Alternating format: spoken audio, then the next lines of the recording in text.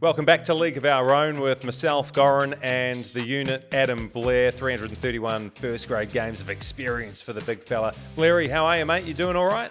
Yeah, I'm really good, Goran. Again, like we always say, it's that time of the week, rugby league, and busy start of the week, and it only gets busy as the week goes on. So again, rugby league's the winner. And it must be a good week when the Knights win, yeah? It's happy, eh? A big trip over to WA and coming up against a quality side like the Dolphins, bro, and being able to watch the Dolphins playing the exciting football that they've been able to play, and then for the Knights to go over to WA and get a job done, and a good game to watch as well. But rewarding for the efforts, but they have to go again. They have to go again this week. That's the NRL, mate. You win, you lose, you draw. You got to go again the next week, unless, of course, it's finals and you don't make it. But listen, mate, we can talk today on the podcast about what happened to the Warriors against the Panthers without any of their State of Origin stars. We can talk about a Warriors team that's been named to face the Broncos at Suncorp Stadium, and I'm really keen to hear your thoughts about representing both Brisbane and the New Zealand Warriors in this fixture at Suncorp Stadium in front of a big crowd and mainly New Zealanders over there as well. But definitely, what I want to talk about first of all, and it's got a lot of people hot under the collar, this incident that happened at Mount Smart Stadium between two Kiwis, Scott Sorensen, the tackler, Dallin Watene-Zelezniak, the tackled. We've got two Kiwis out of the game. Dallin is gone for 4 to 6 weeks with a moderate grade syndesmosis injury. Scott Sorensen has been rubbed out of the game, 2 weeks of suspension. First of all, mate, what is your view on what happened in that incident? Yeah, I think, Goran, there's a lot of people on both sides of the fence here, right? Yeah. Some of them are saying that it was on purpose. Some of them saying it's not a hip drop or not a traditional hip drop. I think the way he landed on the back of his ankles, I wouldn't say it's like your traditional one, and it's not as bad as some of the ones that you see. But unfortunately, there was pressure on the back of Dallin's legs that caused them to have this time on the sideline. So it's not a good look. No one goes out there purposely to do these things, and people got to understand that the game moves quickly. And sometimes purely. And what normally happens, Goran, is someone gets on the outside of you, and as you're a defender, you chase them sideways, and that tackle ends up being around the legs where you find yourself in an awkward position. I feel like when it's front on and you get your line speed up and you're heading, you don't get yourself in those positions. But because sometimes our back rowers aren't as quick as some of those outside backs, you find yourself chasing a lot of these guys that are quicker. And then when you get yourself in a position, you're either reaching in, you're not getting your feet close, which we always teach a lot of our kids and players, is taking your feet to the tackle, taking your feet to the contact and not reaching and diving, because then you end up in that position that Scott Sorensen was in and caused, obviously, the incident that happened on Dallin. So I'm not saying Scotty Sorensen's a dirty player. I'm not saying that anyone goes out there and coaches it. I just think under fatigue, under a bit of pressure, sometimes people get it wrong. And I think this is one of those incidents. Well, I'm glad we're addressing this first up. And I hope that we can be friends at the end of the discussion, because I think this is where you and I are going to disagree. And people will say, oh, what does it matter what Goran has to say? He didn't play for 15 years in the NRL, and you clearly did, mate, and you played more than 50 tests for the Kiwis. But I've seen enough rugby league, and I've read up on the rules year after year after year, and I've seen the announcements that Graham Annesley comes out with year after year, week after week. And I went on a deep dive. When I saw the incident, I went on a deep dive, and I had a look at a whole bunch of literature and a whole bunch of different videos that Graham Annesley has fronted himself. And one of them, he showed an example of, I think it was Viliame Kikau tackling a Canberra Raiders player, maybe it was a year ago. And with his knee and body on the ground, he slid on top of the Canberra Raiders player and impacted his leg. But because the body has hit the ground, then it's not ruled a hip drop tackle. And in my opinion, and hopefully the opinion of a few people out there, what Scott Sorensen did was something similar in that his knee had hit the ground and it's almost a simultaneous touching of his hip on the ground with Dallin's foot being trapped underneath. And so it's not the classic hip drop tackle that we've seen that gets punished. I think, and I think I've got high-powered backing when I say Ivan Cleary, he's saying the same thing, that it was just a classic rugby league tackle. And it all boils down to this. We have penalised Scott Sorensen for an accidental injury. That's what has happened here. And you said it, mate. Scott Sorensen's not a dirty player. He is one of the true gentlemen of the game. And I think it's a crying shame that somebody like him has 5 matches worth of suspension already this year. Remember, it was a couple of weeks back, he got done 3 weeks for a shoulder charge that wasn't a shoulder charge. And now he's getting done 2 weeks for a hip drop tackle, in my opinion, that wasn't a hip drop tackle. Punish the incident, not the outcome of it. Yeah. You know what I mean? Yeah, well, I think that's you said it, Goran. I think when someone goes off the field and that's where they make decisions on, they'll go back and watch it, and now they've obviously known that he's got weeks on the sideline. Sometimes they charge him for the incident of the outcome. Yeah. You know what I mean? Rather than if he sees something on there and it's going so quick. Like I said and like you said, it wasn't the traditional hip drop. He did have force on the ground before he landed where he was. I guess sometimes people are just, that's where we're getting to now with the game, is that if someone has that knee-jerk reaction and you do go off with an incident and then it comes out, that morning that he's out for 5 to 6 weeks, syndesmosis from that incident, that's where people are getting charged for. So we're treading a fine line around the wording, like you said, of what an actual hip drop is and what that looks like. And now we're just going on purely sometimes the incident at the time and then now the outcome of the incidents. Do you remember a few weeks ago when the Panthers played the Tigers and Scott Sorensen, he had to tear off after Jahream Buller, who was in the clear. He was 15 metres out from the try line. The game's in the balance. And it was, for all intents and purposes, a classic hip drop tackle. But the only thing was that he didn't hit the legs of Buller on the way down. So it was grab the body, swing himself around, drop the hips down. But because he was in the act of scoring the try, potentially, Jahream Buller, the legs weren't there. And so Sorensen's first point of contact was with the ground. It wasn't with the legs or the foot of Jahream Buller. Now, that to me was a hip drop action without the outcome of it. And as I say, what we saw against Dallin was just a perfect classic rugby league tackle that just so happened to have an injury outcome. Yeah, I agree with everything you said, Gon.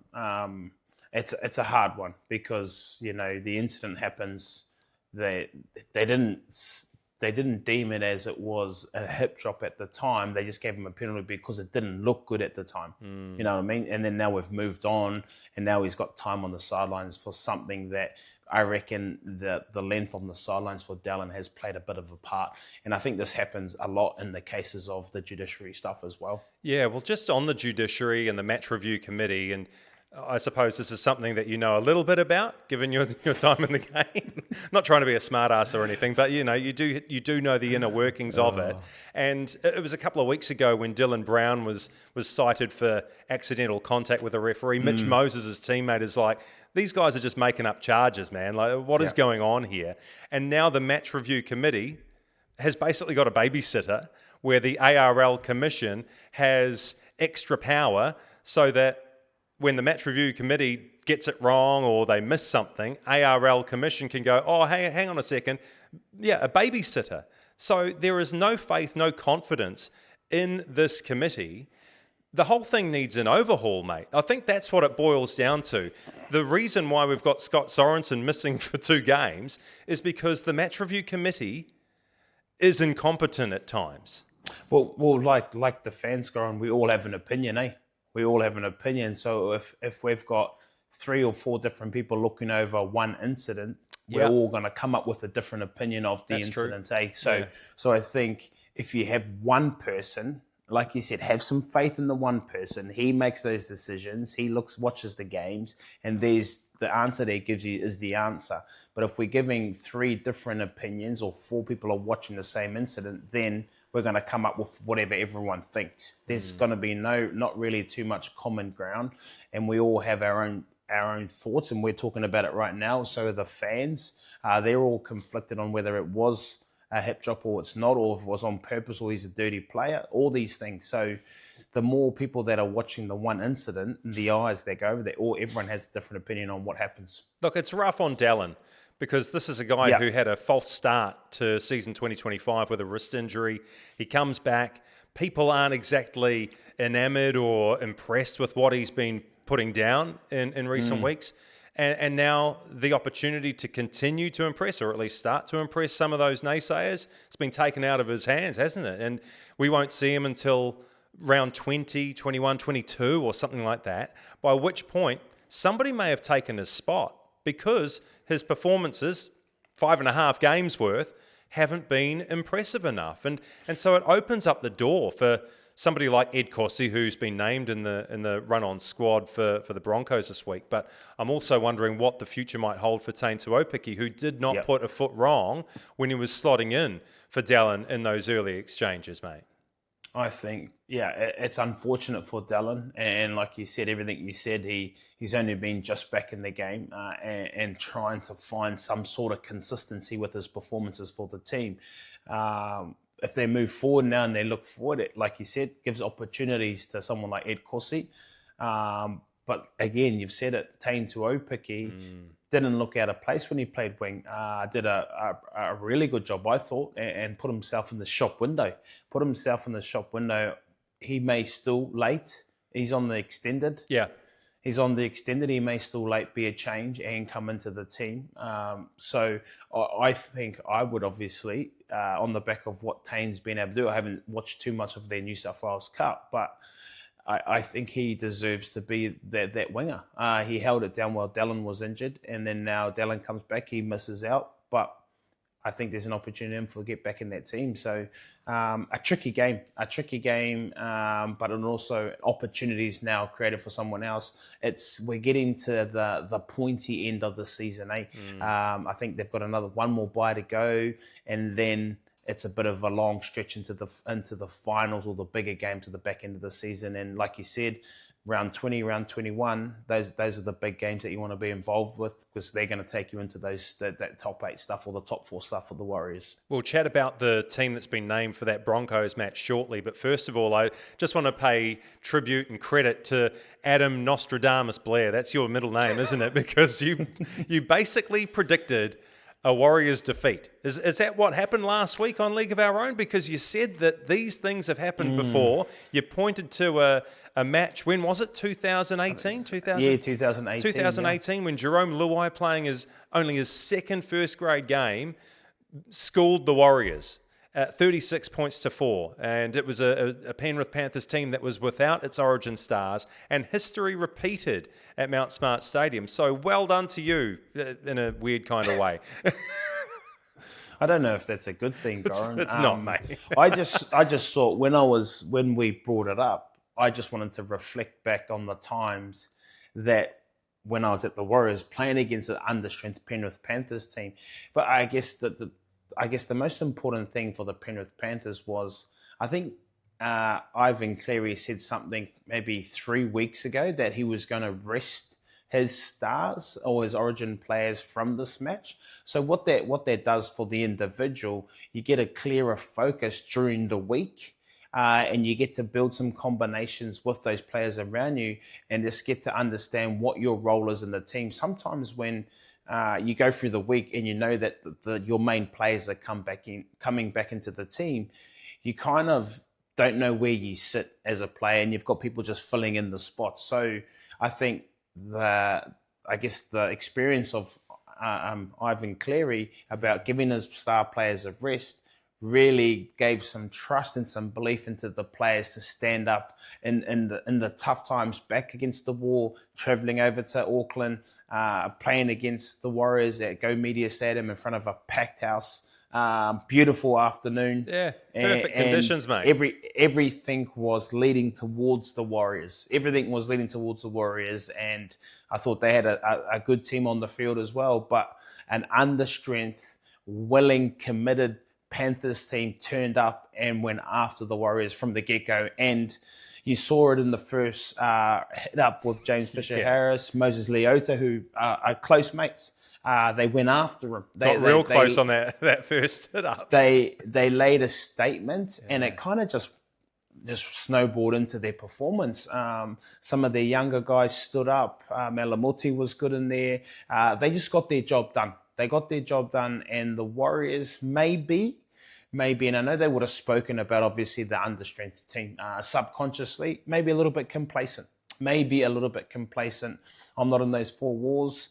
They can say they may say that they weren't, but subconsciously, there's as a human, you do think about these things that okay, we can go out there and we just got to play our style of football, but understanding that the opposition are coming there with nothing to lose. No one's backing them.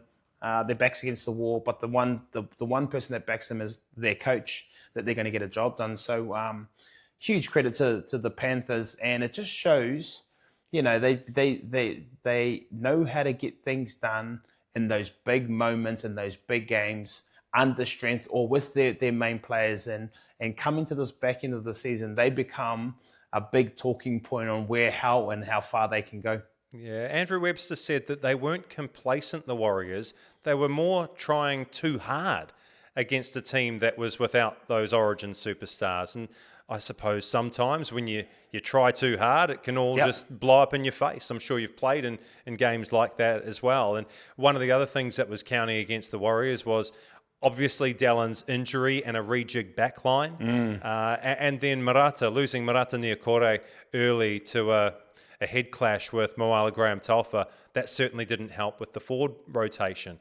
Moala, it was his first grade game in 10 months, and I don't want to be disrespectful. I just think in a couple of moments there, he just missed his man, literally in defence. There was the one moment in the first half where McLean stood him up, and he probably didn't take his feet to the attacker as well as he should have.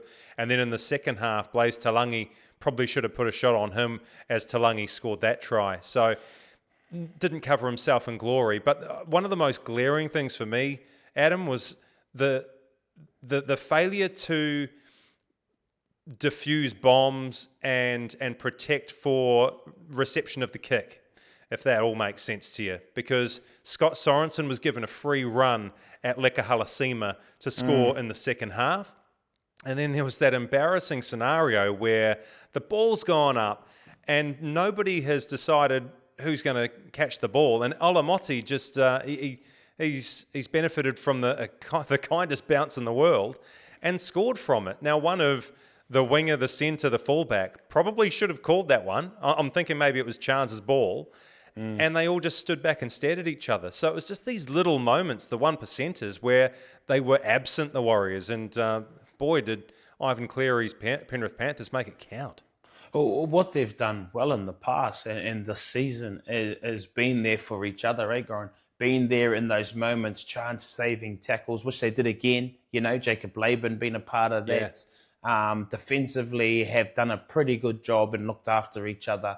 And you said it, I guess the question is always when you play an understrength, a team, were you guys complacent? And Andrew Webster said, no, they weren't. They tried to overplay their hand.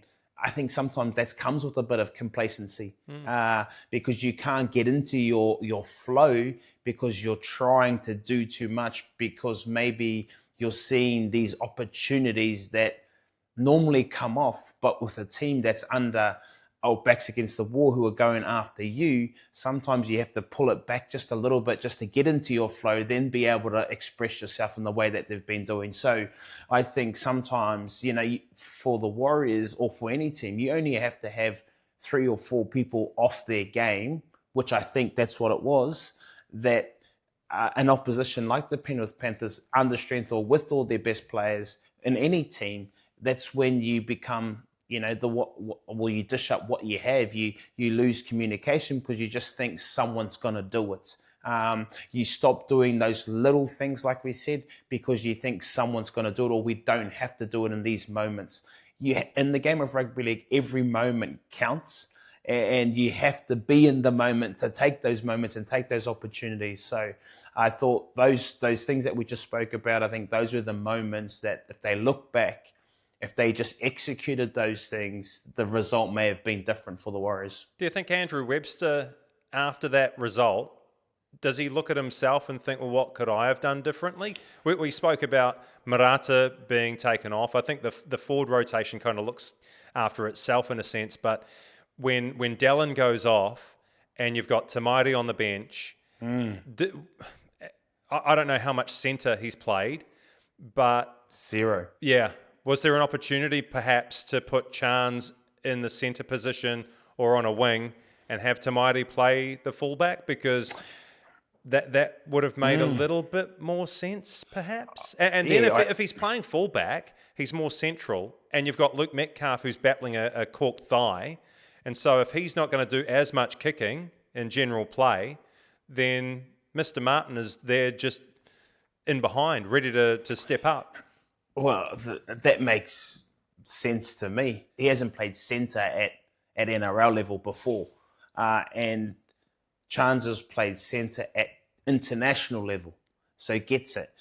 Tamaiti can play fullback, and he's shown that in the past that he can do that. So it just makes sense to me that there may have had to be just a rejig to try and do what's best for the team. If they thought that was best for the team, it obviously didn't work out the way they wanted it to. Yes, Chance is their best fullback, and he's shown that this year. But in this case, was there a thought that maybe they moved Chance to centre, where he can defend well, because you need a good defensive centre, so that then Tamaiti can go to fullback? It just goes to show the importance of Kurt Capewell.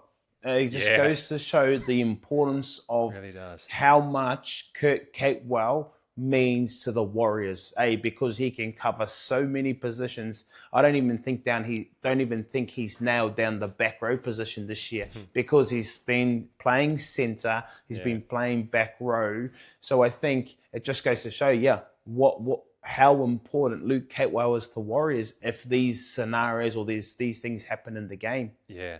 Well, let's talk about Kurt Capewell, because he is one of the returnees for the Warriors up against the Broncos.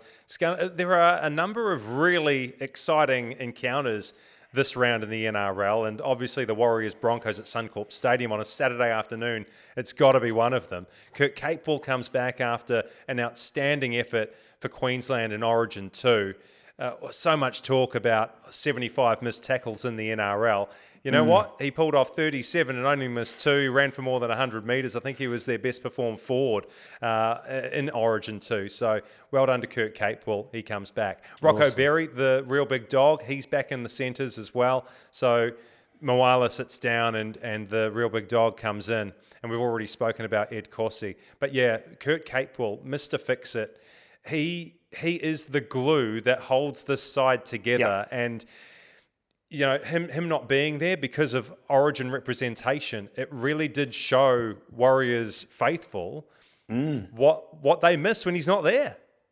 Definitely. Like I said, he is the person that can plug the holes all over the Warriors field.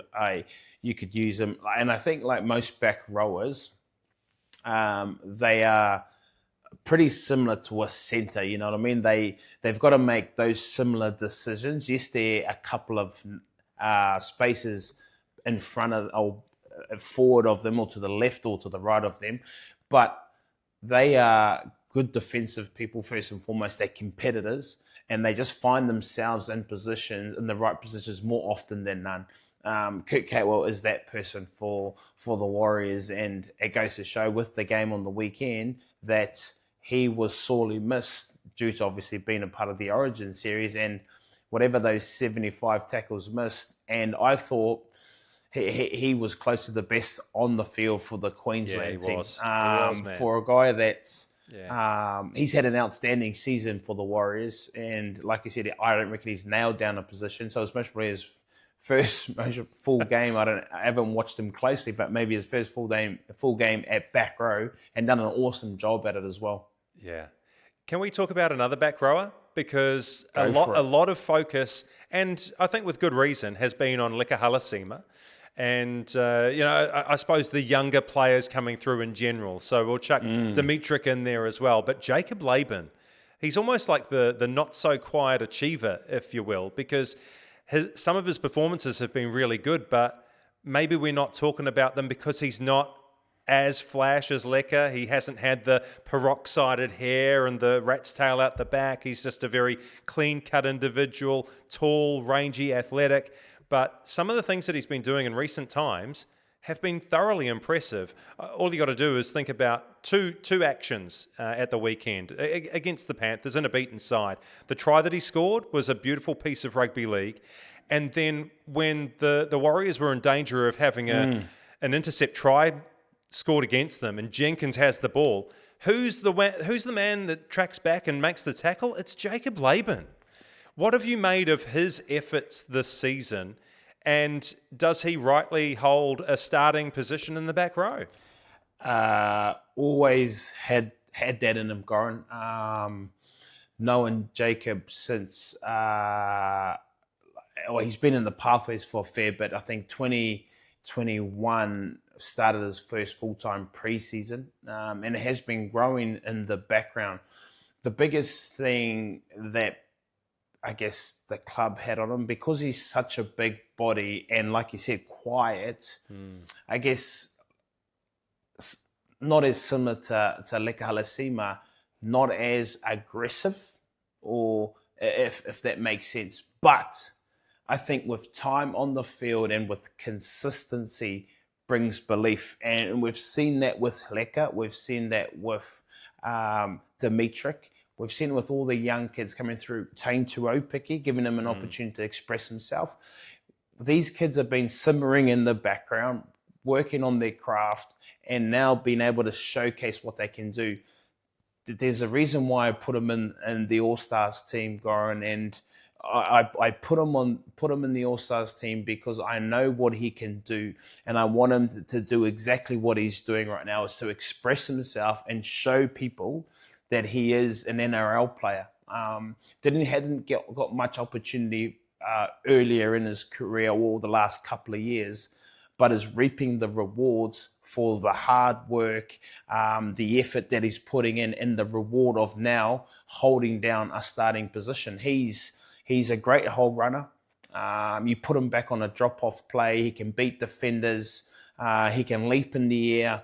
He's got the biggest hands of most players in the competition. And you see when he puts a ball down, he slam dunks the line every time. And I'm thinking, if you just dive over the try line, that's okay. You don't actually have to slam the ball down. But, he's got this in him. This is Jakey Laban's, this is his opportunity. This is his time to go and show what he can do. And he's a great talent and someone that's going to have a long career in the NRL. Lay it on the line, Blairy, because as you point out, you've been involved in the Warriors' pathways. You know a lot of these young guys from way back. Of the youngsters coming through, I'm thinking Dimitrik, Leka, and Jacob Laban. You can chuck somebody else in there if you want to. Who has the highest ceiling? If I was any club, I'd sign the three of them. I think the growth in the three of them is as high as it can be. I think the ceiling for someone like, I think the two back rows different. If I'm talking just purely on the back rows for now, different style of footballers. Leka is someone that wants to break tackles and beat defenders. I'm not saying anyone else doesn't do that. Jacob Laban's more of your traditional back row, runs really good lines, will carry the ball out of your own half, can compete in the air. Leka is, you give him the ball early, he will try and beat defenders. So I think, horses for courses. If you like Jacob Laban and the way that he plays, He's pretty safe. You mostly know what you're going to get from Jacob most weeks.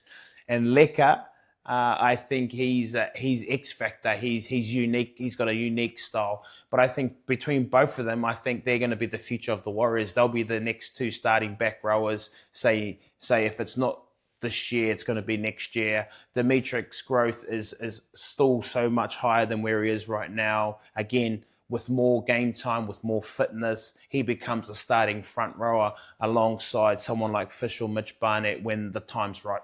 So that was a really polite way of sitting on the fence, really, because I've asked you who's got the highest ceiling, and you haven't given me one name.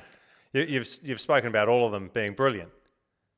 Oh, if I have to pick, I'd like to hear one name. Oh, mate. I know it's difficult because they're all great, but I like if like the two back rowers. I'm putting you in a really tough spot.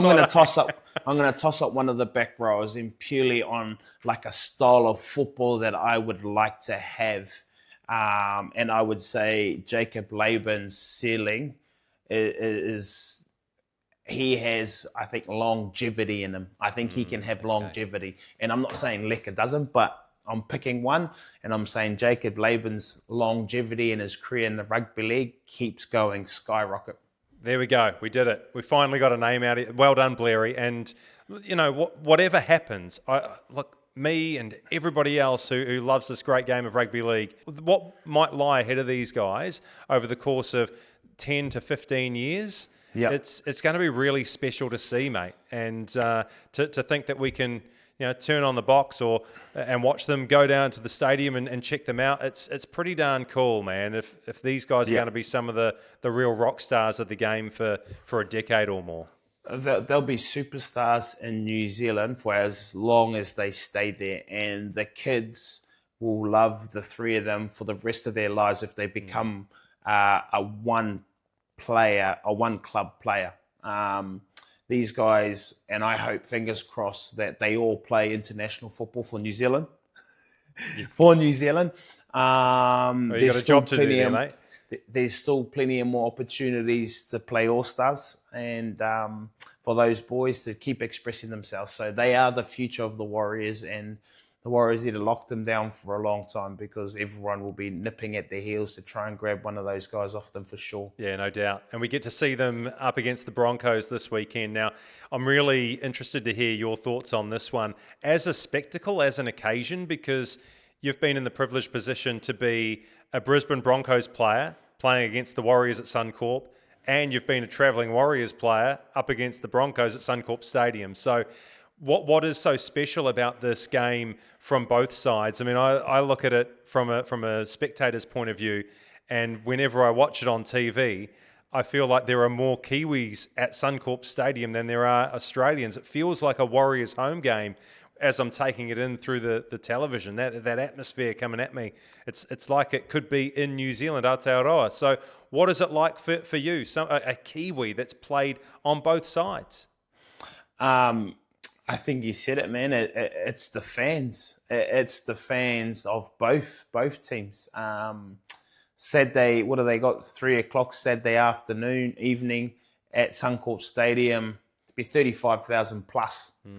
It'll be packed out, and I reckon it'll be dominated by the Warriors fans. It'll be Magic Round all over again for Warriors fans. Caxton Street rolling down there with all their chants, singing "Ooh ah up the waz," all those chants that they've come up with. But at the same time, I guess like any player, Goran, the fans and the atmosphere make the game. The fans and the atmosphere make the game. So you know from the start of the week or when you had them in the calendar that this is going to be a Saturday afternoon, packed out house playing against if you're a Kiwi, your fellow Kiwimans, where you want to get, again, like I've said it all the time, you want to get one up, whether you're on the Broncos team or in the Warriors team, you're playing against fellow Kiwimen. And typically, they all seem to stand up around, these big games and these big moments. And what a cracker of a game this one's going to be. But for me, Goran, it's the fans. The fans make this game so special because they get amongst, they turn up in their numbers and they support both teams and they scream nice and loud, and it's always an awesome encounter. What was your favourite experience? Was it a game that you played for the Warriors or for the Broncos? I think going to the Warriors and playing against the Broncos at Suncorp Stadium, having that time spent at the Broncos, some of the career-defining moments for me in my career, getting the love back, enjoying myself, playing some football, playing grand finals, being coached by Wayne Bennett, having some good close mates there, and then leaving and then coming back on good terms. I'm not saying bad terms, on good terms, leaving and coming back, knowing that, again, like I said, knowing that it's going to be a full house, and where you can it has that semi-final, finals feel about it, where it's a huge game and you want to stand up and make the best of it, make the most of that opportunity. And I think I would have played up in Suncorp. I scored a try down there, and I think those moments, when I was playing back row, those moments are special.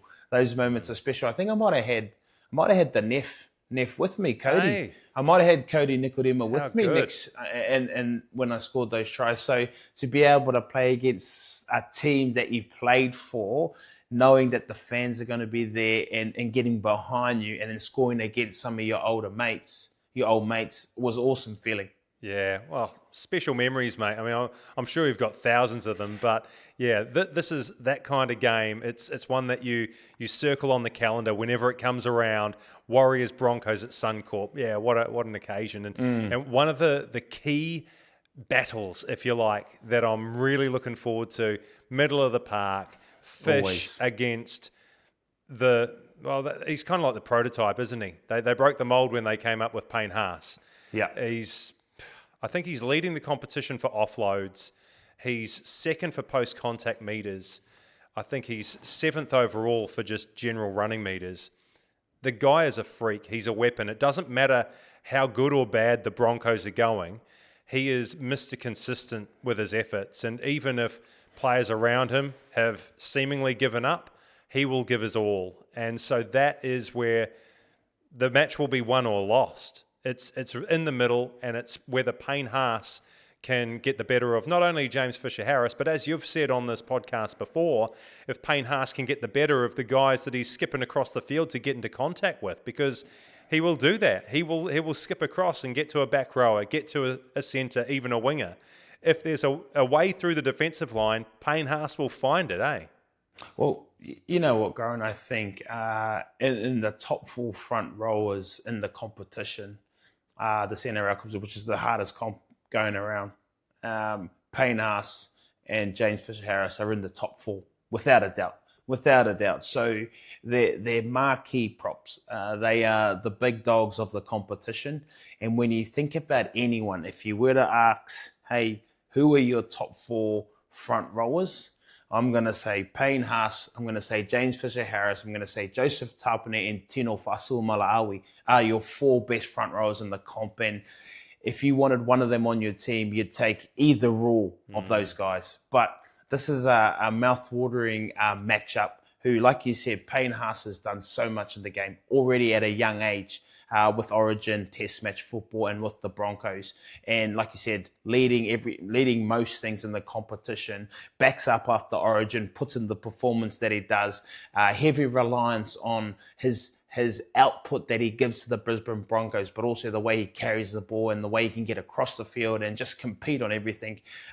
This game is set up to be a huge Saturday afternoon, and no doubt James Fisher-Harris will come out again and lead the way from the front and tell the boys to jump on his back, and he'll carry them through this competition. But what a battle through the middle of the park. Like we always say, that's where the game's won and lost. If you don't win it down there, then it doesn't matter who you got out in your backs. They can't do anything if you don't have front rowers going after it. And, 2 of the best front rowers in the comp for sure. Time for Betcha This Happens for round 17. Not too bad last week. We picked 5 from 7. Of course, the Warriors let us down against the Panthers, and then the Knights surprised everybody by beating the Dolphins, who had been scoring points for fun, and then put the Q in the rack against your Newcastle. So congratulations once again for that, mate. Well done. Beautiful, beautiful. Let's run through this pretty quickly, eh? I'm just going to shoot from the hip and lip and hope for the best. Panthers, $2.10 are outsiders against the Bulldogs. But I think with all of their origin stars back and with a little bit of momentum, why not? Panthers are my tip at $2.10. We'll continue. I reckon I'm going to go the outsider when the Seagulls meet the Tigers. Your old team to beat Manly at Brookie? Yeah, they're a mixed bag. Mixed bag. I mean, both teams are kind of mixed bag, but maybe... They normally let us down a lot. Manly? Yes. Yes, they do. So... please lose again. Your Knights have got another difficult difficult assignment in the Canberra Raiders. Sorry to say it, buddy. I'm going with the Green Machine, paying $1.42. Up to you. I'm surprised at this one. The New Zealand Warriors, $2.40 against the Broncos, $1.57. The Warriors are not favourites in this game. Yeah, I know they've got to go to Brisbane and play the Broncos, but yeah, I'm picking the Warriors. Yeah, I don't think the Warriors are going to be... they won't turn up with that same attitude or play that same performance. Last time they lost a couple of big games, Melbourne Raiders went on, changed their football, changed their mindset, went after it, and yeah, I think they'll be good up there. And they can't lose. Yeah, and they can't lose with Mr. Fix-It back in the side. Kurt Capewell's there. So it's just an impossibility. The Warriors are going to win. And I think the Eels continue to win. Dylan Brown comes back after that silly suspension. $2.20 the Eels against the Dragons, $1.67. Go the blue and gold. Dolphins and Rabbitohs. Dolphins to maybe get back into winning ways against the Rabbits, paying $1.57 to win there. Storm and the Sharks. Storm lost to the Sharks earlier this year. It was a bit of a shock result for them. Storm back at Amy Park, paying $1.35. Sharks, $3.25. Good value there. Picking your old boys, the Melbourne Storm. And then in the last game, Titans and the Cowboys. I don't know if I can watch this one. Oh, nah. What's that Sunday, Arvo? Yeah. Well, I'm sure we've got something better to do doing on a Sunday afternoon than watching those two play. Yeah, I think we do. But I reckon the Titans might get a win there. In Foz we trust, paying $2.15 to beat the North Queensland Cowboys. That's a multi of $197.30. How did you get 200 out of there? I don't know. Last week it was 13. I was going to say, bet responsibly, bro. Well, I think I am. I'm picking some sensible bets here, aren't I? So I'll put $1 on that and hopefully come out with $197 at the end of that, eh? How good. When you use the Betcher app, bet responsibly like I do, and R18. Blairy, we've come to the end of the line as we tend to do at this time of the night or afternoon or morning, whenever you watch League of Our Own podcast. Great to be in your company again, mate. Have a great rest of your week, and we'll do it all again in 7 days, eh? Yeah, awesome. Thank you, Goran. Always a pleasure, brother. And like always, man, rugby league is always the winner.